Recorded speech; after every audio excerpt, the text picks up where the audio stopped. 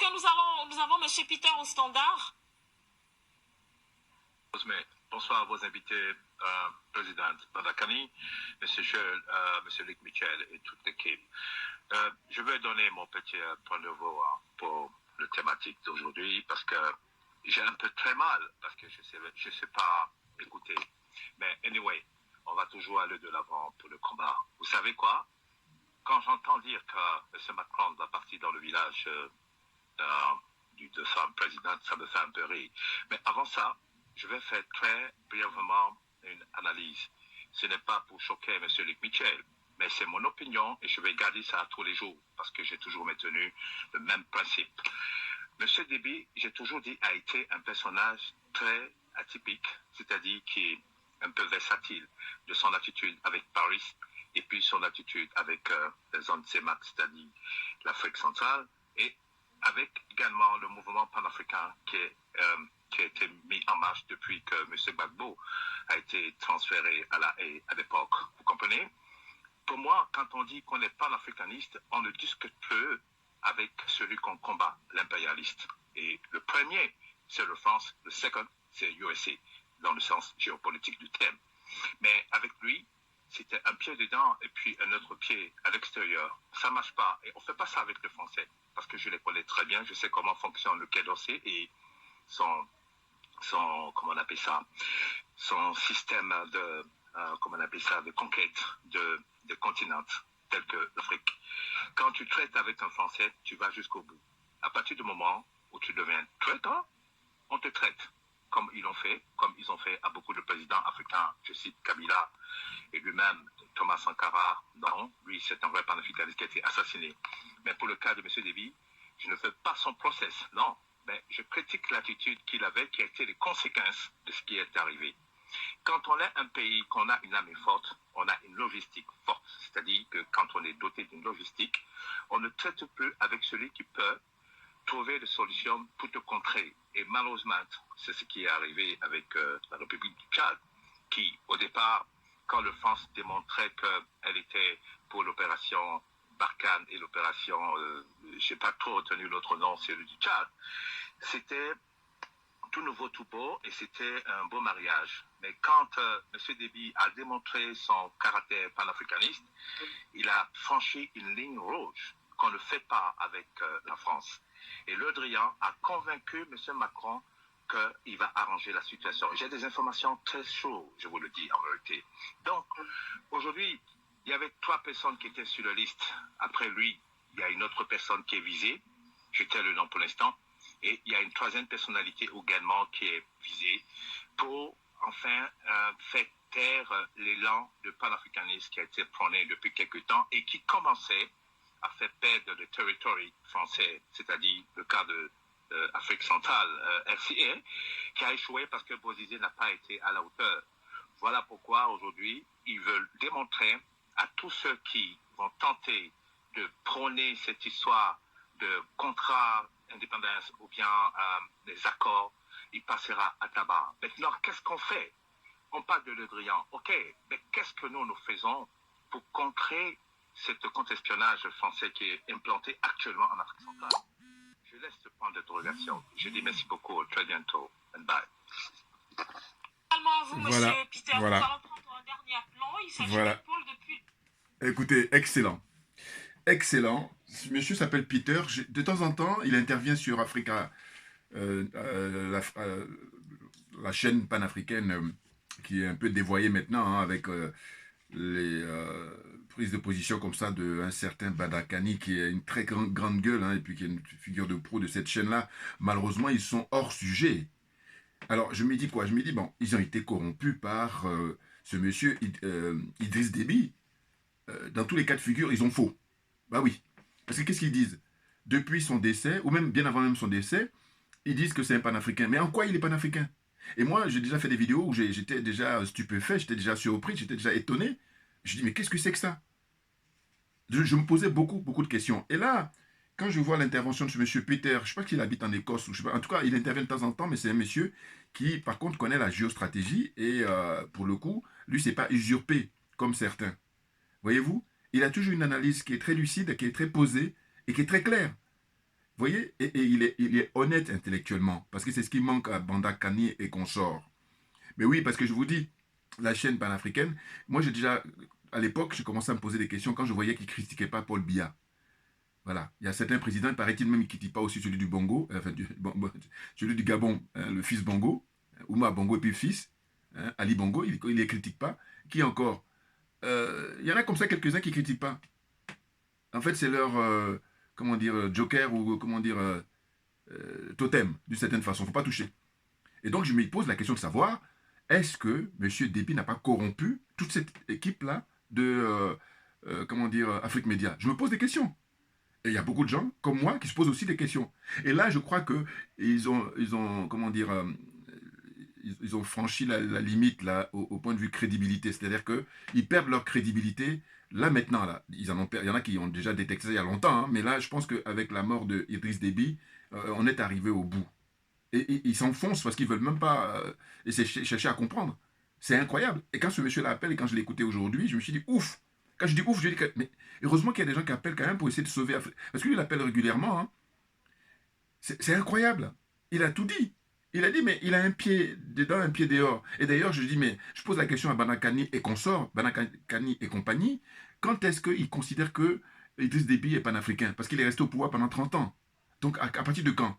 Ces 5 dernières années, ces 3 dernières années? Ou alors, quand il a dit ouvertement, comment dire, à la presse française, à TV5 Monde, que voilà, je voulais abandonner le pouvoir depuis 2002-2006 et on m'a forcé la main parce qu'ils ont modifié la Constitution. La France a modifié la Constitution.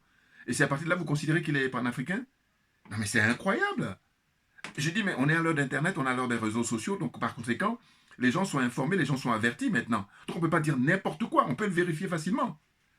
C'est incroyable. Moi, j'ai pris quelques notes, je vais vous dire ce que j'ai pris comme notes. Je me suis dit quoi? Je me suis dit, bon, il y a des choses qui ne trompent pas hein, pour un panafricain. Déjà, comment se fait-il que il y a M.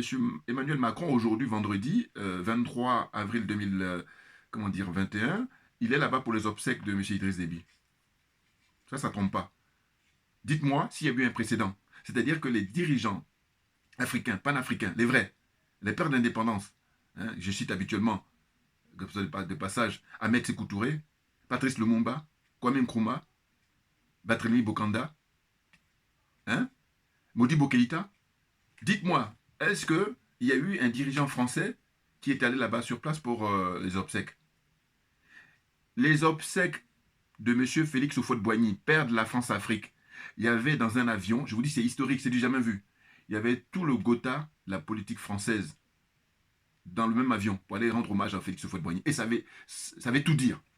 Ça veut dire que leur fonctionnement, là aujourd'hui, quand vous voyez au XXIe siècle, Macron se déplace pour rendre hommage avec des larmes de crocodile à Idriss Déby, mais c'est simplement que il pèse quand même que ce monsieur, avant qu'on le dégomme, mais il nous a rendu beaucoup, beaucoup de services.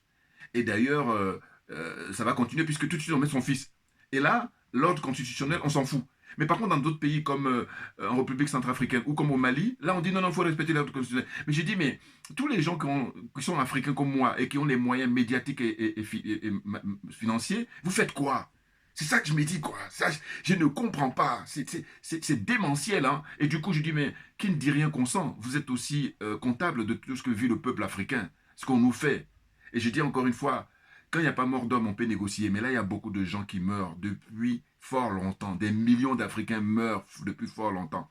Et vous en êtes responsable par votre, comment dire, indifférence, par votre connivence, par votre silence. C'est clair et net. Pas de discussion possible. On est à l'heure des réseaux sociaux, on est à l'heure d'Internet, on est à l'heure de la révolution numérique, donc tout le monde est au courant, personne ne peut faire semblant. C'est pas possible. Aucune excuse. Aucune excuse. Et la plupart du temps, d'ailleurs, ceux à qui je m'adresse, je dis, ils ont les moyens. Donc eux, deux fois, ils ont même 10, 15, 20 portables, 20 iPhones. Voilà. Tout ça pour dire que c'est même pas la question de la quantité. Puisque vous faites quoi? Là, c'est des bling-bling. N'importe quoi. Rapidement. Mais je suis Idriss Déby. Donc, on nous dit quoi? On nous dit, mais c'est un des chefs d'État les plus riches.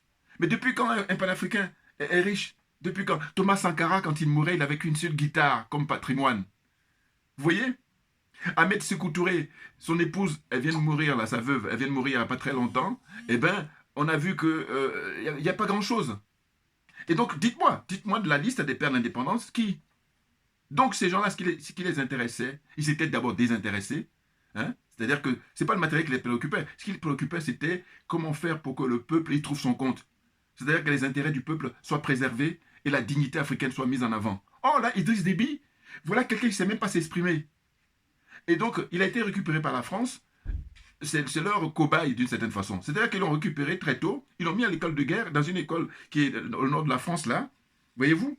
Il a été formé à l'Institut aéronautique d'Amaury, c'est dans le nord, hein, hein, le nord de la France. Un établissement privé. Donc, à mon avis, ils ont dû prendre ça en charge. Ils l'ont repéré, puisque c'est ce qu'ils font. Hein. Tous les intellos, là, plus ou moins, en tout cas, mais ils repèrent tout de suite. Lui, en l'occurrence, c'est pas un intello, parce que quand il s'exprime, il ne sait même pas s'exprimer. Regardez quand il a donné l'interview à TV5, qu'il les a énervés aussi. Je crois que c'était l'interview, la date de... quelle année? Je me souviens. Ça date de, je crois, en 2016, si je ne me trompe pas. Hein. Et là, je vais passer à ça tout de suite, mais je termine encore sur 3 choses. J'ai dit qu'il montre que on ne peut pas dire que c'est un panafricain. Il n'a rien de panafricain. C'est un mercenaire qui est au service de la France, qui était au service de la France pendant 30 ans. Il a rempli sa mission. Maintenant, au dernier moment, il parlait trop. Et ils n'aiment pas ça. Ils ont déjà fait subir avant lui à des gens comme, je sais pas moi, est-ce qu'ils n'aiment pas, c'est les traîtres. C'est-à-dire, choisis ton camp. Voilà.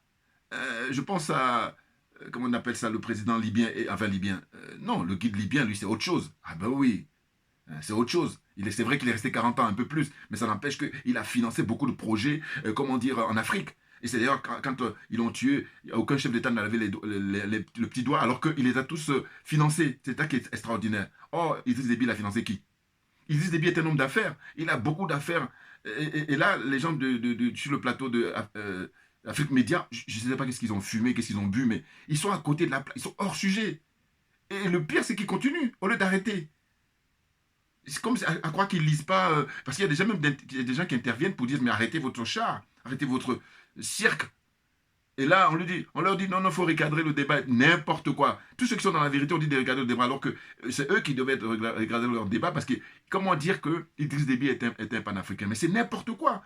En fait, c'est faire injure aux panafricains, aux vrais qui ont versé leur sang. Mais réellement, ils ont versé leur sang, les impérialistes, les occidentaux, les Français les ont tués parce que eux, ils ont refusé d'être corrompus. Alors que ce n'est pas le cas d'Idriss Déby. Idriss Déby, ce qu'on lui reproche, c'est qu'il n'arrêtait pas de l'ouvrir. Comme je disais, d'ailleurs, Claude Dichia, je dis, on ne parle pas la bouche pleine. Voilà, Idriss Déby parlait la bouche pleine. Il est fortuné, ce mec. On lui dit quoi? On lui dit, le mec, il a, avec un classement de 7e place en 2015, des gens, les présidents les plus riches d'Afrique, 7e place. Vous vous rendez compte? Il y a 54, 55 pays. Lui, il a la 7e place. C'est pas rien. Hein? Avec une fortune de 50 millions de dollars américains, là récemment, en 2021, 2020. Non mais attendez, c'est ça un panafricain? Alors, le drôle de panafricanisme, hein? Vous êtes tous des corrompus. Je me permets, hein? Non, parce que je me dis, de toute façon, dans les deux cas de figure, qu'est-ce que vous soyez corrompu par lui? C'est-à-dire, s'il vous a donné des petits billets, hein, il vous a reçu, il vous a donné de l'argent, ou pas, quoi qu'il en soit, vous êtes hors sujet. Parce que il est hors de question de parler de panafricanisme parce qu'il le concerne. C'était un mercenaire au service de la France pendant 30 ans. C'est la raison pour laquelle Macron se déplace. Dites-moi s'il y a un précédent. Moi, je veux savoir. Je dis, est-ce que les dirigeants français sont déplacés déjà pour les pères de l'indépendance? À chaque fois, je vous donne l'expérience du président Félix Houphouët-Boigny. Tout le monde était présent. Hein, François Mitterrand, Valéry Giscard d'Estaing. Tout le monde était dans le même avion. Ça, à l'époque, c'est ce qui m'avait choqué. Je me suis dit, mais putain, mais si quelque chose arrive, il n'y a plus personne en France. Oh, ça a été fait. Ils n'ont même pas réfléchi. Parce qu'ils auraient pu prendre 2-3 avions. Parce que c'est pas ça, c'est pas les moyens qui manquent. Mais je crois qu'ils étaient dans une situation, ils étaient perturbés. Voilà, et puis tout le monde voulait aller rendre hommage à celui-là même qui est le père de la France-Afrique. Donc vous vous rendez compte, tout ça vous avez les images sur Internet. Hein, voilà. Le père de la France-Afrique, c'est Félix Houphouët-Boigny, président de la Côte d'Ivoire. Donc ils s'étaient déplacés. Donc aujourd'hui, au XXIe siècle, c'est ce qu'ils font pour Idriss Déby quand Macron y va. Donc si Macron y va, ça veut dire qu'il n'est pas panafricain. Mais oui, sinon les mots sont dévoyés, on ne sait même plus quel est le sens. N'importe quoi. Soyez sérieux. Là, vous influencez pas mal de gens. Hein, pas mal d'Africains, pas mal surtout la jeunesse. Et là, vous êtes parti comme ça, votre garage, n'importe quoi. Quelle honte, Afrique Média. Franchement, j'espère qu'avec l'expérience là de Idriss Déby, vous allez vous ressaisir. Sinon, là, vous allez perdre votre audience et votre crédibilité. N'importe quoi. Franchement. Le mec, il a été formé par la France. Et puis, à un moment donné, comme ils font comme d'habitude par expérience, c'est-à-dire qu'ils l'ont pressé. Après, quand il n'y a plus de jus, eh ben, ils le balancent. Et en plus de ça, lui, il se permettait d'avoir la grande gueule. Et en plus, la grande gueule qui restait théorique. Parce que quelqu'un disait, oui, mais en fait, ils l'ont forcé. Mais pourquoi il s'en va pas? Et d'ailleurs, souvenez-vous, le capitaine Thomas Sankara, quand il s'exprimait à Addis Abeba, à l'époque, il disait, mais si je suis tout seul à demander à ce que la France tu vois, enfin, la France, oui, les pays occidentaux, la dette africaine, si je dis qu'on n'a pas à payer ça parce qu'on leur doit rien, eh bien, sachez que l'année prochaine, ils vont me dégommer. Il l'a dit ouvertement. C'est direct devant tous les chefs d'État avec les Sassou Nguesso qui étaient dans la salle et tout ça. Des francs-maçons, tout ça. Ah là là là là. Mais je sais pas, qu'est-ce qu'il a. Je dis, franchement, j'ai dit, ils ont dû recevoir de l'argent de Idriss Déby parce que c'est pas possible. Et puis même si vous avez reçu de l'argent, j'ai dit, mais c'est grave. Parce que, enfin, je veux dire, si vous avez reçu de l'argent, c'est votre droit. Mais ce que je dis simplement, dans ce cas-là, il faut se cacher. C'est ça que je dis. Ce que je vous reproche, c'est que là, vous voulez forcer la jeunesse africaine à croire que ce monsieur est un jeune panafricain. Mais même n'importe quoi. Oh là là là là. Mais non, mais ils en sont rendus. Ils sont perdus, ces gars-là. Perdus. Ah ben oui, mais ça fait des effets drôles, hein, le matériel. N'importe quoi. Et là, d'ailleurs, le professeur Gomez, j'ai vu, là, qui lui a consacré un truc, j'ai dit, d'ailleurs, il est gentil, il est généreux, le professeur Gomez. Il ne faut même pas accorder 5 minutes. Passe à autre chose, parce que tu as autre chose à faire. Parce qu'il a fait un truc spécial sur Bandakani, là où il a ramassé. Et lui, c'est quelqu'un de très pointu. Hein, quand je parle de forme chirurgicale, alors là, lui, c'est docteur ou, je sais pas, professeur ou tout ce que vous voulez, mais vraiment, c'est sérieux, là. Hein. Il travaille le dossier et puis il n'y a rien à dire. Hein. Quelqu'un de très cultivé, quelqu'un de très instruit. C'est pas, justement, quand je dis les intellectuels africains qui font usage de leurs connaissances, qui font un usage, comment dire, caricatural. Voilà, c'est ma qualification, ça. Je dis que les intellectuels, ceux qui veulent embrouiller le peuple, eux, ils font un usage caricatural de leurs connaissances et de leur savoir. N'importe quoi. Donc, rapidement, Idriss Déby, c'est qui? Ben, Idriss Déby, j'ai essayé de reprendre un petit peu son interview parce que je trouvais ça, c'était pathétique. Hein. Puis, il était perdu. Il devait se shooter, hein, parce que là, il faut être shooté, parler comme ça, il dit n'importe quoi. Je le mets même, je dirais même que, comment il s'appelle, Dadis Camara, qui était, comment dire, en Guinée et même au-dessus de lui. Hein. Bon, c'est vrai qu'il n'avait pas l'expérience, parce qu'il venait d'arriver, il voulait jouer les Sankara, alors que ce n'est pas Sankara qui veut. Mais n'empêche que, au moins lui, je pense qu'il était plus sincère que Idriss Déby. C'est clair, mais en tout cas, pour s'exprimer, les gars, ils ne s'expriment pas. Or, c'est très important, évidemment.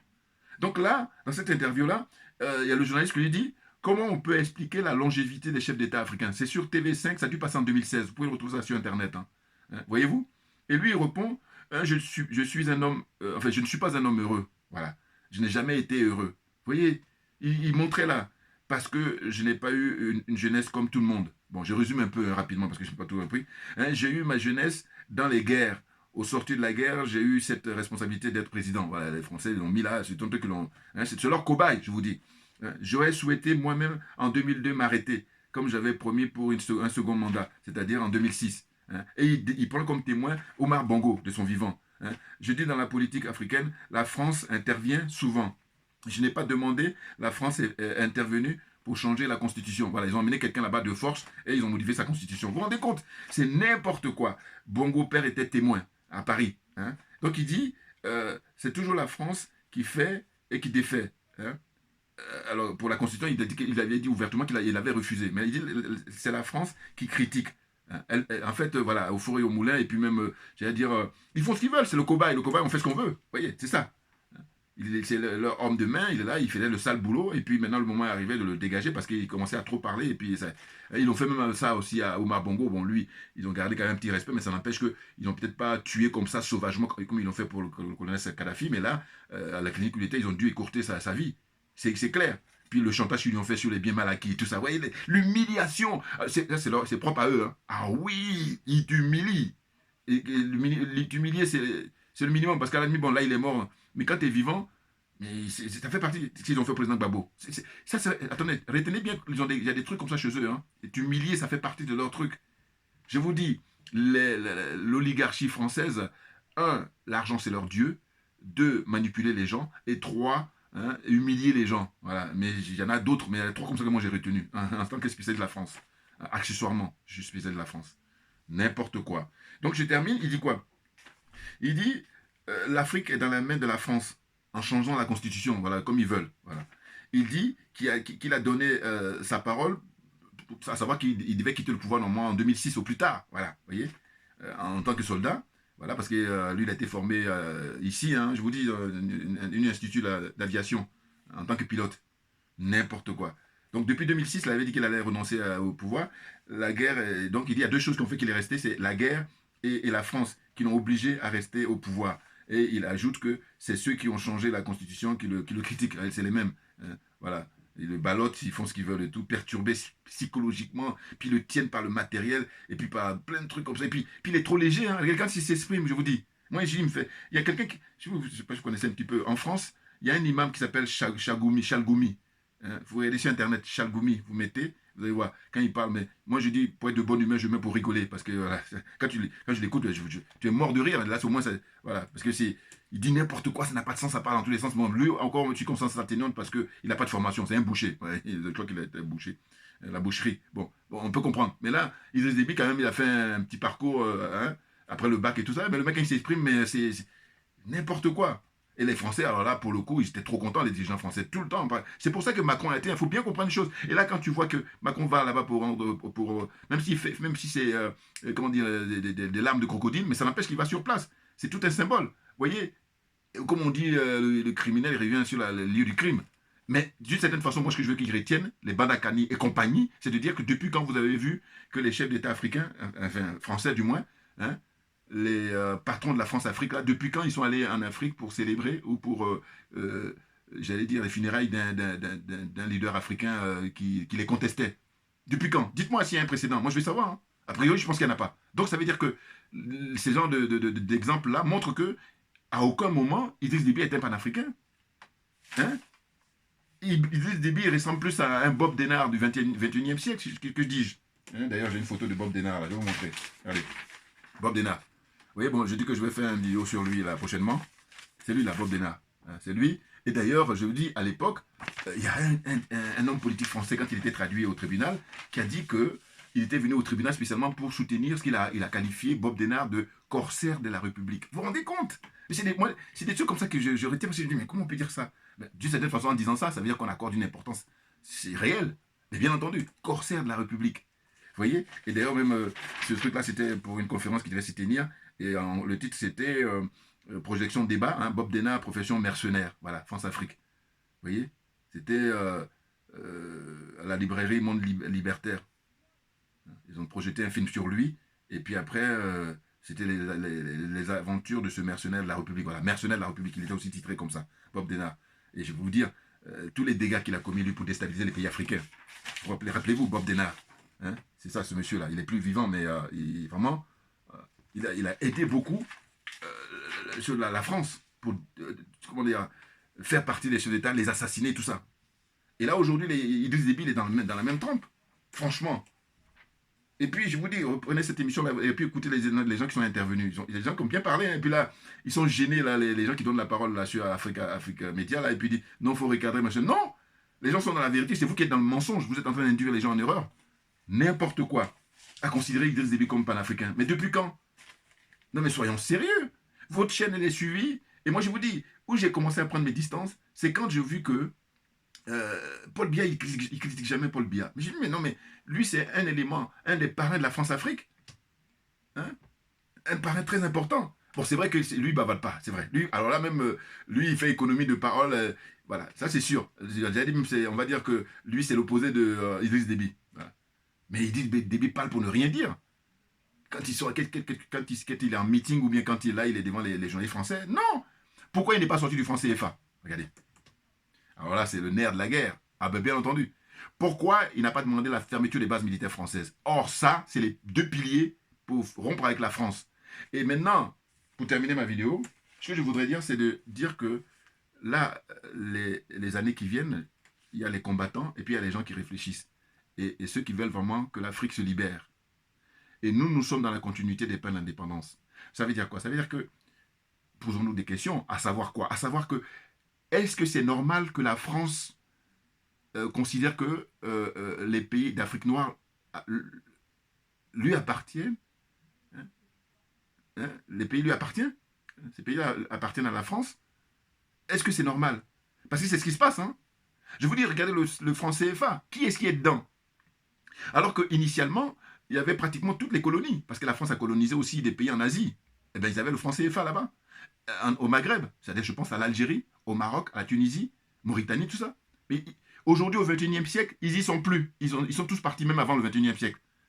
Et ceux qui restent dans le franc CFA avec les bases militaires, ce sont les pays d'Afrique noirs, comme moi là, les négros. Mais ça ne vous pose pas de problème. Et très souvent, et c'est ça, c'est ça, regardez. Comment on va faire? Mais c'est le combat, évidemment. Hein. Ils sont complexés, ils sont aliénés, et ils sont corrompus, et par-dessus tout, ils sont arrogants. Mais on se bat contre ça, parce que c'est ça qui fait que, alors que les autres, quand ils nous observent, même des fois, ils se mélangent avec ils ont pitié pour nous, certains, ceux qui ont beaucoup d'amour pour nous en tant qu'êtres humains, puis ceux qui nous considèrent comme, je vous dis, des esclaves jusqu'à la fin de nos jours, ils ne sont pas leurs problèmes, ils n'ont pas d'état d'âme là-dessus, puisqu'ils sont sans foi ni loi. Il faut bien comprendre. Mais la réflexion que nous avons, c'est de dire, mais attendez, ça va continuer jusqu'à quand? Et là, la jeunesse africaine, elle bouillonne. Ah oui, elle est prête. Maintenant, je dis, ceux-là même qui ont les moyens, j'allais dire, il y a des pouvoirs économiques, les pouvoirs politiques, pouvoirs médiatiques, vous faites quoi? Les Tikenja Fakoli, les Alpha Blondy. Je cite ceux qui sont très connus là. Hein. Ils sont tous à la fermée. Loka Kanza, il y a qui encore? Kofi Olomide. Puis la jeune génération là, les Assal Foum. Mais vous êtes en fait ce que j'appelle la branche culturelle de la France-Afrique. Mais c'est très grave, parce que vous êtes aussi comptable de ce que vit le peuple africain. Le nombre de morts qu'on compte tous les jours. Aussi bien des maladies qu'on nous fournit là-bas. Hein, et puis les guerres qui n'en finissent pas. C'est fait exprès pour déstabiliser l'Afrique. Mais ça, il n'y a pas besoin d'aller sortir de Sciences Po. C'est du bon sens. Enfin, en tout cas, tu fais un minimum d'honnêteté intellectuelle, c'est sûr, ça c'est certain. Mais oui. Franchement. On ne peut pas continuer ainsi. Il faut que ça s'arrête. Et là, nous nous battons. Nous n'avons pas le choix d'ailleurs. On n'a pas le choix. Parce qu'il est question de se regarder dans la glace et puis de voir aussi ce que vous allez léguer à vos enfants et aux petits-enfants. Ah oui, parce que je dis souvent, le combat que nous sommes en train de mener, c'est parce que les pères de l'indépendance, ils ont fait ce qu'ils pouvaient. Et puis là, maintenant, on n'a pas le droit. C'est lâche de notre part de ne pas continuer le combat jusqu'à ce que, on soit libéré de cette, comment on appelle ça, chaîne-là que les Français ne veulent pas lâcher.